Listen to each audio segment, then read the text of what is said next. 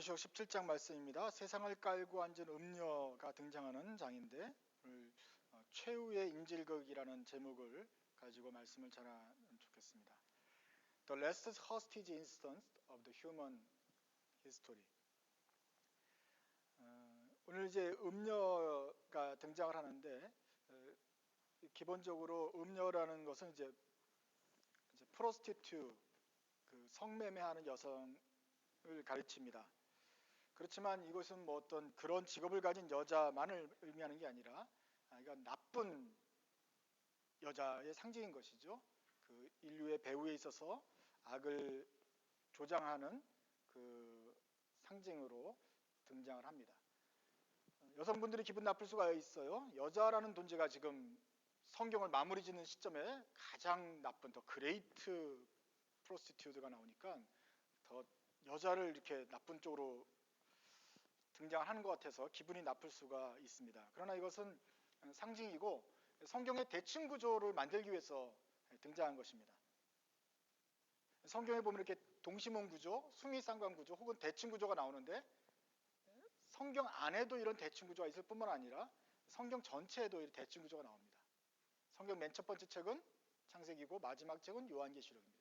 첫 번째 사건은 에덴 동산입니다. 거기에서 인류에게 미혹당해서 인류의 죄를 가져온 사람은 바로 여자입니다. 인류 역사 마무리 지고 다시 새하늘과 새 땅이 들어오기 전에 이 죄악의 사슬을 끊어버릴 그 장면에도 또 등장하는 것이 바로 여자입니다. 그래서 그런 면에서 이 여자가 이제 죄에 대한 어떤 상징으로서 등장하는 것이지 어떤 성적인 이성 간의 여성을 차별하는 내용이 아니라는 걸 기억하시면 좋겠습니다. 창세기에서 에덴 동산에 있었다가 타락하게 되었습니다. 이제 앞으로 그 부서진 땅을 하나님이 새하늘과 새 땅으로 복구하실 때 이야기가 이제 등장을 하는 것입니다.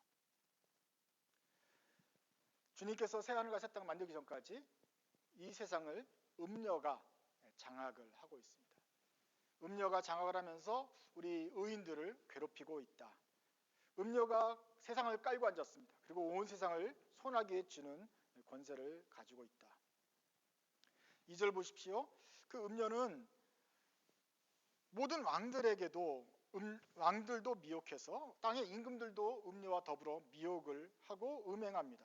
다시 말해서 백성들 다 다스리지 못하고 힘들게 합니다. 인간을 핍박합니다. 음행의 포도주에 취했다는 말은 그 죄악에 모든 사람들이 취해 있어요. 음행을 저지르고 죄를 저지르는 사람이 행복하거든요. 당하는 사람들은 힘들죠. 그 수많은 사람들이 포도주에 취한 지도자들과 음녀의 밑에서 신음하고 있다. 이런 환상을 볼 때 요한이 다른 이제 환상을 봅니다. 광야로 가는데 거기서 그 여자가 또다시 나오는데 그 음녀가 짐승을 타고 왔습니다. 3절에 보니까 붉은빛 짐승을 타고 있습니다. 그 다음 장면 슬라이드 한번 보세요. 그 빨간 짐승입니다. 그냥 음녀가 이렇게 걸어다니는 게 아니고 세상을 장악하는 게 아니고 이제 보니까 뭔가 타고 있어요. 타고 있다는 것은 무슨 뜻입니까? 그 짐승을 몰고 다니면서 이제 권세를 누린다는 것이죠. 여러분, 붉은빛 짐승, 이 빨간 짐승이 처음 나온 것이 아닙니다. 그 짐승이 또 어떤 색인지 3절에 나와요. 그 짐승의 몸에 하나님을 모독하는 이름들이 가득 써 있어요. 머리는 몇 개죠? 7개, 뿔은 10개. 그러면 한 머리에 뭐 뿔이 한 2개씩 달리든지 뭐 이렇게 하면서 이렇게 하면 적당히 나눠져 있어요. 이 머리가 7개 달리고 뿔이 10개 달린 짐승, 이게 처음 나온 게 아니죠. 지난번 보시면 용이 있었습니다. 메시아와 그 메시아의 구원 계획을 막으려는 그 짐승 괴수 용이 있었고, 용이 쓴 다음에 그 용만 나온 게 아니라 바다에서 어떤 짐승이 나왔어요. 이게 빨간 짐승이죠. 머리가 10 달리고 7개 달리고 그 짐승이 나오고, 또 다음에 땅에서 올라온 짐승이 또 하나 있었어요. 그래서 그 짐승 3마리가 있는데 그것이 이제 삼위일체를 빗대서 만든 악의 삼위일체다. 그럴 수 있어요. 이 3가지 이 짐승들을 나중에 최후에 멸망을 시켜야 되는 장면입니다.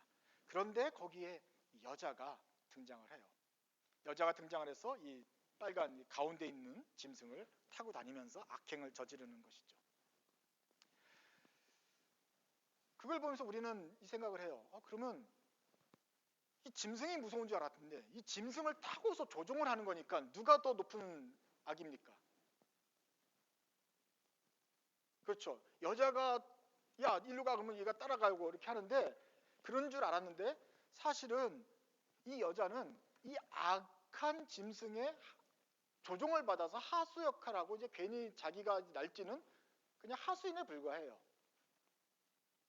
지금 보면 여자가 이제 굉장히 악행을 저지르고 바벨론이 되어서 그 여자 이름이 바벨론인데 막 사람들을 괴롭히지만 그 악한 배후는 사실은 이 짐승이 더 큰 악의 세력인 것이죠. 16절 한번 가보세요. 내가 본 바 이 뿔 열뿔과 짐승은 음료를 미워하여 나중에 미워하게 되고 망하게 하고 음료를 망하게 합니다. 그리고 음료를 벌거벗기고 그의 살을 먹고 불로 아주 살라버립니다. 그러니 지금 우리가 볼 때는 음료가 짐승을 조종하는 것 같지만 사실은 짐승이 음료를 태우고 가서 음료로 하여금 세상을 하고 결과적으로는 토사구팽이죠. 음료를 나중에 처단해버리고 짐승들이 세상을 장악할 것이니까 실제로 악은 바로 그 짐승들이다 이렇게 말할 수가 있겠습니다. 짐승에 보면 하나님의 모독하는 이름들이 써 있어요. 하나님 나빠 이렇게 써 있죠. 그리고 음료를 타고 있어요. 악행을 해요. 근데 이 장면은 그냥 야 이상하다 음료가 더 탔으니까 중요하고 이게 아니에요. 이것도 역시 상징인데 앞으로 나올 상징과 대칭하기 위해서 만든 것입니다. 우리가 17장 하고 있는데 19장 가면은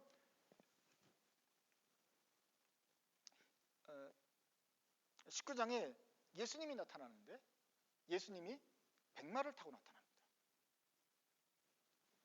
오늘 17장에는 음녀가 짐승을 타고 나타나고 19장 가면 이 악을 제거하기 위해서 예수님이 나타나는데 군대와 함께 예수님이 흰말을 타고 백마를 타고 나타난단 말이에요. 근데 거기에 정강이의 백마에게 하나님을 찬송하는 글씨가 써 있어요.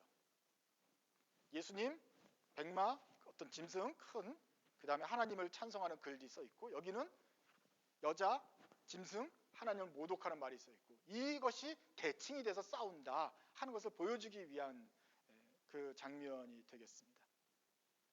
어쨌거나 그러면서 여성이 이제 그런 면에서 악한 세력들이 이제 짐승과 함께 등장을 하고 그것은 큰 바벨론이다. 바벨론이 또 하나의 이 사람들의 정체성이죠. 그러면서 세상을 미혹하게 된다. 4절과 5절 보니까 이 여자는 화려합니다. 자줏빛과 붉은 옷을 입었어요. 옷도 화려해요. 금과 보석과 진주로 꾸미고 손에 금잔을 가졌어요. 그런데 이 사람이 하는 행동은 죄악이에요. 그 금잔은 성도들의 피예요. 착한 사람들의 피를 짠 나쁜 것들이에요. 그것에 잔에 피가 가득하더라. 사치스럽고 행동은 악한 그 여인의 모습이 여기 등장을 합니다. 이 금잔에는 피가 6절에 보니까 또 내가 보면 이 여자가 성도들의 피와 예수의 증인들의 피에 취했다. 이 여자가 마치 먹고 마신 게 포도주가 아니에요. 성도들과 순교자들의 피였습니다. 그러니 이건 정말 그리스도 성도들의 원수였던 것이죠. 4절 5절로 6절 8절로 넘어가겠습니다. 그런 상태에서 또 다시 환상을 보는데 다음 넥스트 슬라이드 한번 보여주세요. 8절에 사도 요한이 이걸 보고 놀랍니다. 그러니까 큰 무시무시한 짐승을 보고 음료를 보니까 이제 압도당했겠죠. 놀랐어요.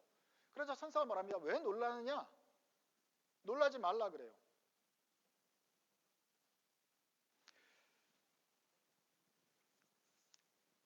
내가 본 짐승은 전에 있었다가 없으나 장차 무적에부터 올라와 멸망으로 들어갈지어고 결국은 멸망받을 거니까 생명책에 기록되지 못한 자들만 이 짐승을 보고 놀랍게 여길 것이다. 이렇게 말을 해요. 여기서 놀랐다는 말은 원더풀 이게 아니에요.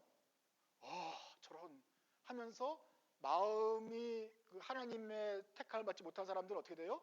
그 놀랄만한 그 무시무시한 광경을 보고 미혹되고 거기에 절하고 거기를 숭배하게 돼요. 음녀와 음녀의 그 사치를 보고 현혹되고 그 권세에 대해서 굴복하게 되고 이게 놀라는 거예요. 그러니까 미혹되는 것이죠. 이렇게 되지 마라. 근데 될 사람들이 있어요. 창세 이후로 하나님의 생명책에 기록되지 않은 사람들은 이 화려한 걸 보고 이 힘을 보고 거기에 미혹당하고 절하고 거기에 종이 될 것이다. 반대로 하나님의 생명책에 기록된 사람은 헐 하면서 이제 저항을 하게 되겠죠. 그러니까 요한아, 넌 놀랄 필요가 없다 말을 합니다. 그렇지만 그 천사가 이 여자에 대해서 계속해서 설명을 합니다. 9절입니다. 같이 한번 읽어볼까요? 8절 중간에 그 생명책에서부터 같이 한번 읽어보시죠. 생명책의 시작. 생명책에 기록되지 못한 자들이 이전에 있었다가 지금은 없으나 장차 나올 짐승을 보고 놀랍게 여기리라. 지혜 있는 뜻이 여기 있으니 그 7 머리는 여자가 앉은 7 산이요. 그랬습니다. 이 여자가 지금 7개의 머리를 가진 짐승을 타고 있는데 그건 또 7개의 산을 의미한다. 이렇게 말을 했어요.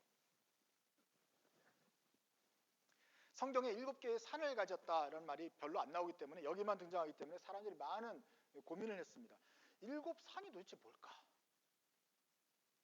여자가 깔고 앉은 7 산이 뭘까? 태백산, 백두산, 지리산 이런 건가?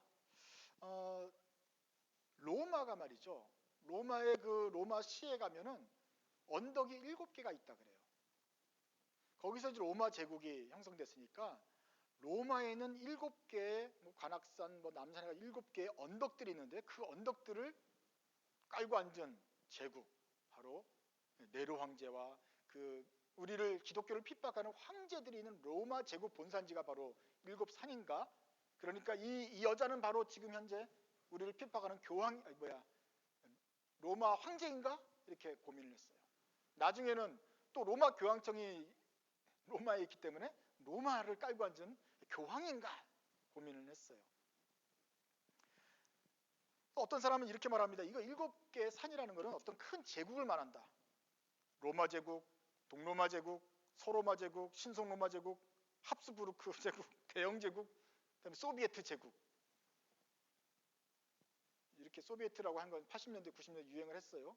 근데 소비에트가 이제 없어지고 미국 제국 이렇게 넘어갈 텐데 이렇게 그냥 역사를 보게 되면은 이렇게 우리 시간이 지남에 따라서 자꾸 바꿔야 되죠.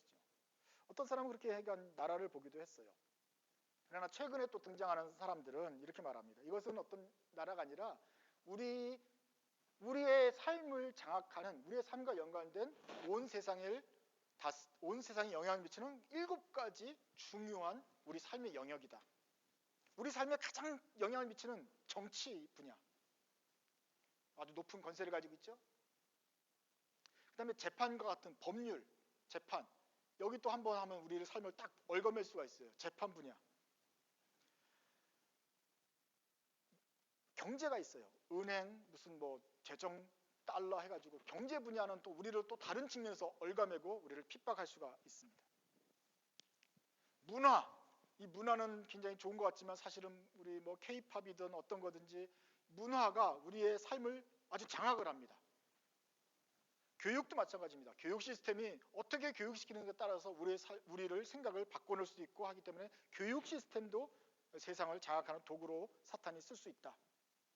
예능, 엔터테인먼트, 우리가 노는 것도 역시 사탄이 원하는 바에 따라서 조장하는 바에 따라서 어쩌면 사탄의 이용을 당하는 식으로 예능을 할 수가 있겠다. 마지막으로는 종교 분야. 우리가 종교를 들여서 하나님께 찬양하는 것 같지만 조금씩 바꿔서 하나님의 사탄을 찬양하도록 만들 수도 있겠다. 그러면서 정치, 법률, 경제, 문화, 교육, 예능, 종교 7가지 영역을 이 음녀가 깔고 앉았다.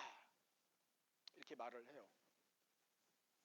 그것이 바로 여자가 깔고 앉은 7 산이다 말을 합니다. 저는 여기서 이런 해석엔 동의하지 않습니다. 왜냐하면은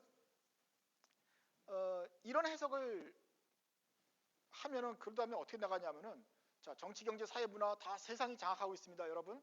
그러니까 어떻게 됩니까? 니네는 지금 미국에 와서 열심히 공부해가지고 비즈니스? 그러면 네가 비즈니스의 탑으로 올라가서 월스트리트를 장악하고 하나님의 법에 맞게 재정을 하고 당신은 경제, 기술과 분야에서 탑이 돼가지고 이 어그러진 세상을 다시 하나님의 질서에 맞게 과학기술을 발전시키는 그 크리스찬이 되고 예능, 예능에 가서도 정말 하나님을 찬양해 이런 랩을 해가지고 하여간 저 예능 분야도 확실히 바꾸고 교육도 좀 하나님의 크리스찬을 기도 앞에 하는 그런 좀 하나님을 찬양하는 그런 교육으로 바꾸고 그러면서 7교회 다 바꾸려면 우리가 어떻게 해야 됩니다. 아멘. 그럼 다 아멘하죠. 그러면 우리가 어떻게 해야 되죠? 박사학위 따야 되고 반에서 1등 해야 되고 하버드를 가서 월스트리트의 맨 위에 꼭대기에 앉아서 거기 제일 높은 데 가서 올라가야 영향을 미치지 않겠습니까? 네가 반에서 꼴등하면 전도가 되겠냐? 네가 1등을 해야지. 1등을 해야지 하나님께 영광을 돌리겠지. 이왕 돈을 벌려면 조금 벌면 되겠냐? 많이 벌어서 빌 게이츠처럼 한 다음에 그 다음에 뭔가 얘기를 해야 세상에 영향을 미칠 거 아니냐? 돈을 벌고 출세를 하고 승리하고 권세를 얻어야 하나님께 영광을 돌린다라는 고지론이 되는 거예요. 일단 눈앞에 고지를 점령해 높은 곳으로 가. 높은 곳에 가서 세상을 장악하자. 왜냐하면 사탄도 장악했기 때문에 우리도 올라가야 된다. 여자가 세상을 깔고 앉았으니까 우리도 세상을 깔고 앉아서 하나님께 영광을 돌려야 된다. 이게 사탄의 방법과 똑같은 방식으로 가게 되어 있어요. 이게 부모님이 제일 좋아하는 방법입니다. 애들이 공부 안 할 때 성경을 놓고 공부를 시켜야 되는데 성경 자세히 보시면 공부하라는 말이 없어요. 공부 열심히 시킬 만한 성경 구절이 사실은 많지 않습니다. 그런데 이걸 딱 보니까 7산, 야 크리스찬들 7산으로 나가! 그래서 넘버수도 하고 뭐 애들 코딩도 가르쳐서 열심히 다 가르쳐서 세상을 장악하자. 우리가 머리가 되자.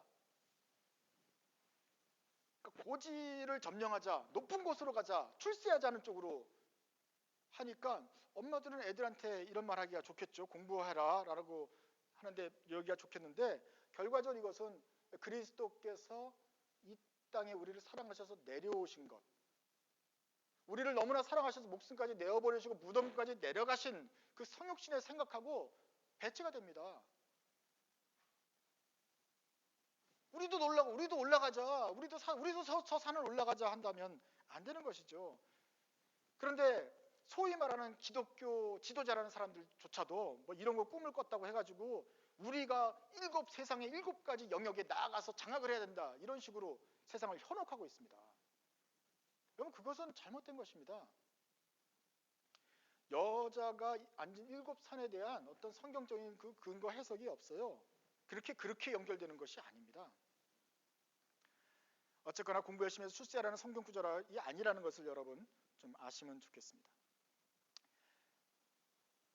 우리가 다시 한번 보기로는 여자가 지금 깔고 앉아서 세상을 좌지우지하는 것 같지만 실제로 여자는 그냥 앞에 나온 하수인이죠. 뒤에서 누가 움직여요? 짐승이 사실은. 짐승과 그 용과 바다에서 올라온 용, 땅에서 올라온 용들이 짐승들이 세상을 움직이고 있어요. 이건 사람이 아닙니다. 어떤 악한 영입니다. 그래서 이 영을 이기려면 예수님이 나타나셔서 싸워서 이기셔야 되는 것이지 우리들이 나가서 막 산을 올라가서 고지를 점령하고 주님께 영광 돌리는 그러한 원칙은 우리 성경에서 가르치지 않는다 하는 것입니다. 앞으로 일어날 일이 이것입니다. 12절입니다. 그 7머리 여자가 앉은 7산이요. 그 잘못된 이유 중에 하나는 그것이 7가지 영역에서 우리가 올라간다고 한다면 그 10절은 어떻게 되느냐? 10절은 이렇게 돼요. 또 7왕이라 5왕은 망하였고 하나는 있고 다른 하나는 아직 이르지 아니하였다. 아니 7산이 있는데 그 7산이고 7왕인데 5은 망했다 그랬어요. 하나는 있고 하나는 아직 이르지 아니하였다. 그렇기 때문에 지금 있는 그 말은 5개는 안 왔고 하나는 있고 하나는 이제 나중에 올 거란 뜻이잖아요. 그러니까 7산을 정치, 경제, 사회, 문화 이렇게 해버리면은 뒤에 있는 10절하고 아예 맞지 않게 된다는 것이죠. 그래서 그렇게 해석하면 안 된다라는 것을 보고 우리 그 앞으로 될 일을 한번 보겠습니다. 앞으로 올 일은 확실합니다. 10절 중간절에 다른 하나는 아직 이르지 아니하였으니 이르면 반드시 잠시 동안 머무르리라. 이제 앞으로 뭔가 이상한 왕이 올 텐데 오면은 잠시 동안 그가 머물러서 세상을 이제 다스리고 힘들게 할 것이다. 잠시 동안 이 말이 있습니다. 12절도 보세요. 열불은 열왕이니 아직 나라를 얻지 못하였으나 다만 짐승과 더불어 임금처럼 세상을 다스리는데 한동안 권세를 받을 것이다. 권세를 받으면 어떻게 돼? 나쁜 놈들이 권세를 받으면 우리 인간들은 힘들겠죠. 크리스찬들은 거룩하게 살기가 너무너무 괴롭겠죠. 핍박인 것이죠. 한동안 잠시 동안 핍박이 있다고 성경이 말했습니다. 얼마 동안 있다고 그랬습니까? 얼마 동안, 일정한 기간 동안 하나님이 허락하신다 그랬어요. 그게 이제 마지막 환란이죠. 근데 성경에서는, 요한계시록에서는 그 기간을 얼마라고 말을 해왔어요. 지금까지 상징적으로 42달 42개월, 일수로는 1260일, 연도로 하면 3년 반. 지금 똑같은 말이에요. 그것이 근데 여기서는 잠시 어떤 일정 기간 동안 핍박이 있다. 그리고 여러분들은 마지막 때 핍박이 있다는 것을 좀 이렇게 아시면 돼요. 그게 딱 3년 반은 아니겠죠. 그것이 지금도 일어날 수 있는 일일 수가 있으니까 그 핍박이 오는 것을 우리는 받아서 지켜 버텨야 된다 하는 것이 되겠습니다. 그래서 오늘 있는 환상도 뭐 전혀 새로운 환상이 아니라 지금까지 하셨던 요한계시록에 나타날 환상들을 다시 반복하시는 거예요. 세상을 장악하는 음녀, 또 바벨론 환상이, 짐승이 세상을 장악하는데 이 3년 반 동안 우리들에게 핍박을 할 것이지만 여러분은 버텨야 된다. 도대체 그러면 이 전쟁은 어떻게 끝나게 될까요? 이 최후의 전쟁 어떻게 끝납니까? 그 다음 한번 보세요. 12절 보시면 14절입니다. 최후 승리에 관한 걸로 넘어가는데 14절을 같이 한번 읽으시면 되겠습니다. 여기가 이제 이 환상의 클라이막스죠. 그들이 시작. 그들이 어린 양과 더불어 싸우려니와 어린 양은 만주의 주시요 만왕의 왕이심으로 그들을 이기실 터이요 또 그와 함께 있는 자들 곧 부르심을 받고 택하심을 받은 진실한 자들도 이기리로다. 이 다들도 이기리로다는 곁에서 그냥 같이 얼떨결에 이기게 되는 것이죠. 누가 싸웁니까? 어린 양이 싸워요. 이 짐승이 여자가 짐승을 타고 막 그렇게 난리를 치는데 한동안 난리를 친다 그랬어요. 하지만 예수님께서 나와서 싸워요. 누가 이겨요? 예수님이 이기실 것이다. 예수님이 이기시고 얘네들 다 없어지면 그 앞에 택함 받은 우리도 한꺼번에 같이 이긴다. 이것이 주님의 계시입니다. 오늘은 이제 그 환상 중에 예수님이 이긴다는 것보다는 그 음녀가 어떻게 화려하고 어떻게 사람들의 잔을 취하게 만든 여기에만 초점이 맞췄기 때문에 이긴다는 건 짧게 지나갔어요. 예수님의 이기는 것은 그 다음 장에 가면은 예수님이 어떻게 이겨서 어떻게 이 짐승을 영원히 몰아내는지는 그 다음에 더 자세하게 나올 것입니다. 뭐 바벨론이 음녀가 이겼다고 해서 좋아할 것 없어요. 결국은 음녀는 사라집니다. 짐승이 결국 음녀를 쫓아내고 짐승이 다 세상을 장악할 것이지만 하나님이 이 짐승까지도 최후를 맞게 하실 것입니다. 우리 다음 장 18장에 가면 이 음녀가 어떻게 멸망을 받는지 얘기를 하고 그 다음 19장부터는 우리가 기다렸던 마지막 최후의 전쟁, 예수님이 이 짐승을 어떻게 쫓아내는지 그 모습을 보게 될 거고 그 뒤로 이제 21장, 22장 가면은 그러고 나면 우리들이 어떻게 아름다운 모습으로 변화될 것인가가 이제 요한계시록의 마지막이 되겠습니다. 제가 오늘 이 말씀을 전하면서 우리가 갖고 싶은 질문이 이것이에요. 이 전쟁에서 도대체 우리는 무엇을 하게 되는 것이냐? 이것이 인류 최후의 인질극이다라는 말을 했는데 도대체 예수님과 짐승과 여자가 이렇게 막 싸우는데 도대체 우리는 뭐하냐? 크리스찬들은 어떤 위치에 있느냐? 우리는 도대체 뭘 해야 될 것이냐? 뭐 산을 올라가서 공부를 열심히 해서 그것은 성경에서 말하고 있지 않다고 그랬어요. 그럼 뭘 해야 되냐? 최종적으로 주님이 싸우시는데 우리는 뭐 해야 되냐? 그런 것이죠. 이 싸움을 정확하게 표현한다면 하스티지 인스턴스다. 우리 영화에서 보는 것처럼 인질을 붙잡고 하는 인질극이다. 누가 범인입니까? 음녀하고 짐승이 나쁜 놈입니다. 그리고 경찰은 예수님과 함께 쫙 우리를 포위하고 있어요. 인질은 누구입니까? 네, 바로 우리가 인질이죠. 이 세상에 착하게 거룩한 성도들이 사탄의 권세 아래 놓여서 사로잡혀 있는 거니까 예수님의 백성을 뺏어가서 이 사람들이 지금 범행을 저지르는 거니까 인질극에서 우리가 바로 인질 역할을 하는 것입니다. 우리가 싸우는 것이 아니고 예수님이 싸울 거고 우리는 지금 거기에 사로잡혀서 신음하는 인질이라는 것이에요. 도대체 이 최후 승리에 맞는 이 전쟁에서 인질의 역할은 무엇입니까?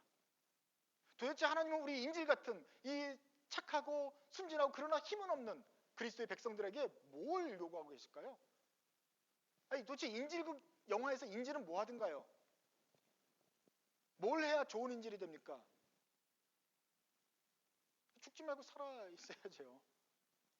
인질은 되는 동안 인질 편이 되지 않고 끝까지 부인 나인원에서 우리를 구원할 줄을 믿고 기다리는 것이죠. 그게 인질이 해야 될 일입니다.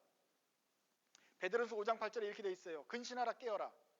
너희 대적 마귀가 우는 사자같이 두루다니면서 삼킬 자를 찾고 있다. 우는 사자같이, 여기도 짐승이에요. 짐승처럼 우리를 계속해서 찾고 있어요. 그러니까 우리 세상 그리스도를 사는 것 자체가 힘이 들어요. 좀 깨어 있어야 돼요. 그래서 이게 영적 전쟁이라 그래요. 영적으로 깨어 있어야 되고 이 영적인 전쟁 가운데 우리가 껴있는 역할을 잘 해야 되는구나. 주님께서 우리를 구원하실 때까지 그 잠시 기간 동안 우리가 견뎌내고 구원을 잘 받는 좋은 인질이 되어야 되겠구나 생각을 해야 되는 것입니다. 성경에서 우리를 인질로 표현하고 있습니다. 왜냐하면 우리가 여기 할 일이 나타나 있지 않아요. 예수님은 흰말을 타고 싸우시는데 여자는 짐승을 타고 싸우는데 우리 인질은 그냥 거기 있어요. 이것은 정말 인질극 영화하고 똑같아요. 인질은 총을 들고 구원자들은 우리 보안관들은 막 포위를 하고 도와주고 그러는데 인질은 아무것도 할 게 없어요. 인질이 뭐 살겠다고 나서고 총 쏘면 죽습니다. 인질의 역할은 무엇입니까? 수비하는 것입니다. 버티는 것입니다. 살아남는 것입니다. 구원자가 돌아와서 우리를 구출할 일까지 거기에 목에 칼이 들어도 그냥 이렇게 있으면서 그냥 버텨내는 것입니다. 에베소 6장 12절 17절도 이 영적 전쟁을 잘 나타내고 있습니다. 에베소 6장 12절부터 보세요. 그 다음 슬라이드입니다. 우리의 씨름은 혈과 육을 상대하는 것이 아니고 그 여자와 짐승과 그 영적인 세력들을 상대하는 거예요. 그러니까 우리가 싸울 수가 없어요. 통치자들과 권세들과 이 어둠의 세상 주관자들과 하늘에 있는 악의 영들과 싸우는 것입니다. 그렇기 때문에 우리가 하늘을 날아가서 싸울 수가 없어요. 그러므로 같이 읽겠습니다. 그러므로 시작. 그러므로 하나님의 전신갑주를 취하라. 이는 악한 날에 너희가 능히 대적하고 모든 일을 행한 후에 서기 위함이라.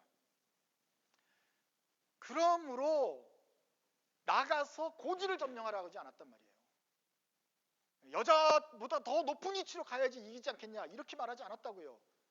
갑옷을 입어라. 갑옷을 입고 뭐 하라고요? 싸우는 게 아니에요. 갑옷은 막는 거예요.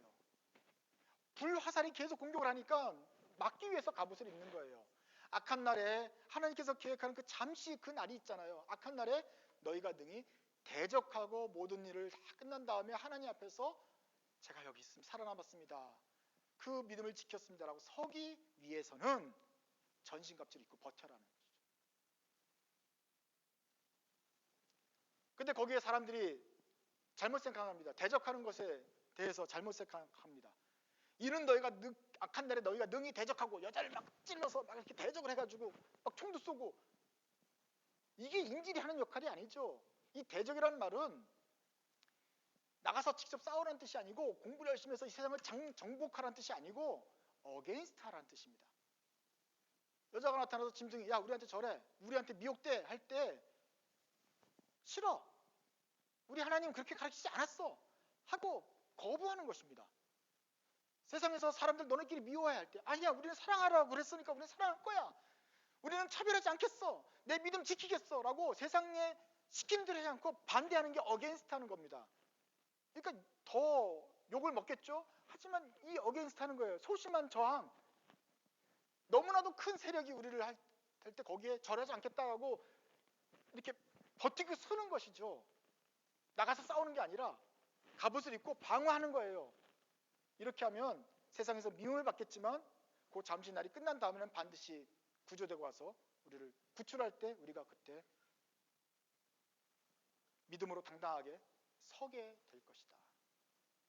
주님께서 우리에게 전신갑주를 입으라고 하시는 것은 이 인질극에서 마지막 인질극에서 우리의 믿음을 변치 않고 우리가 사탄에게 절하거나 혹은 그 위용에 위압당해서 의기소침해지거나 마음이 낙심하거나 하지 않고 끝까지 믿음 안에서 사탄을 대적하고 버텨내고 반항하고 그리고 하나님이 우리를 구원하실 것을 끝까지 믿고 기다리는 것, 이것이 주님께서 우리에게 원하시는 것입니다.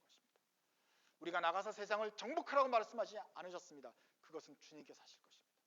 전쟁은 하나님께 속해 있습니다. 우리는 그 하나님을 믿고 버티십시오.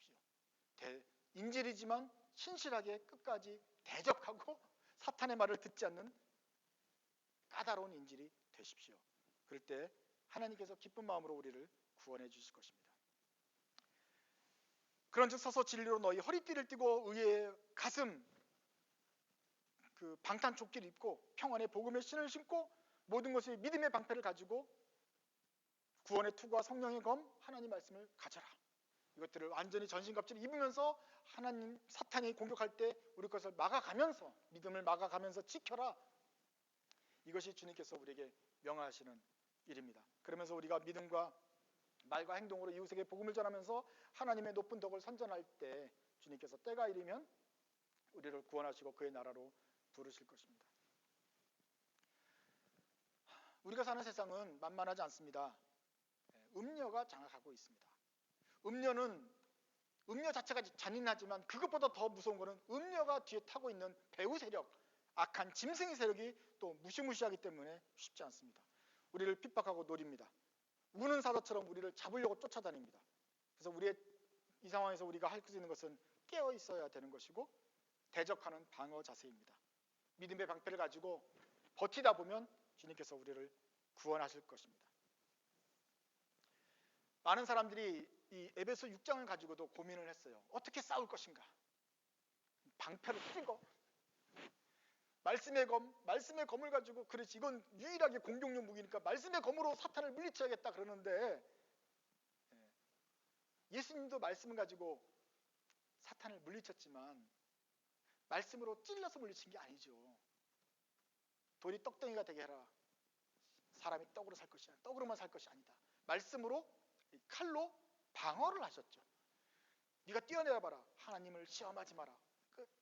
사탄의 불화살을 쳐내신 거지 그걸로 가서 막 본진을 십자가를 칼로 찌른 게 아니죠.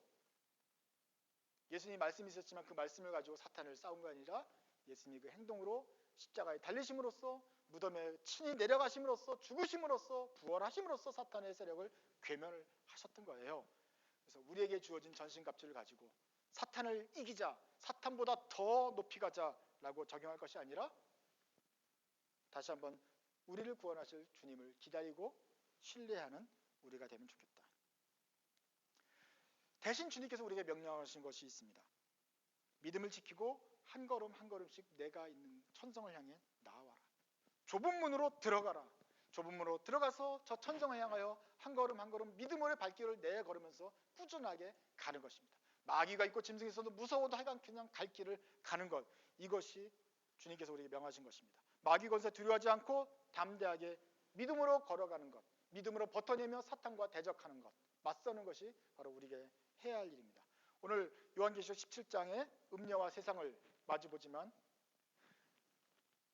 믿음이 없는 사람들이 이것을 보면서 두려워하고 거기에 미혹되고 절하겠지만 믿음을 가진 여러분들은 두렵기보다는 오히려 이것을 대적하면서 끝까지 믿음의 길을 담대하게 걸어가는 믿음의 사람들 되시기 바랍니다. 찬송가 401장 우리 찬송하시면서 우리의 믿음을 점검하고 우리가 가는 길을 다시 한번 확인해 보겠습니다.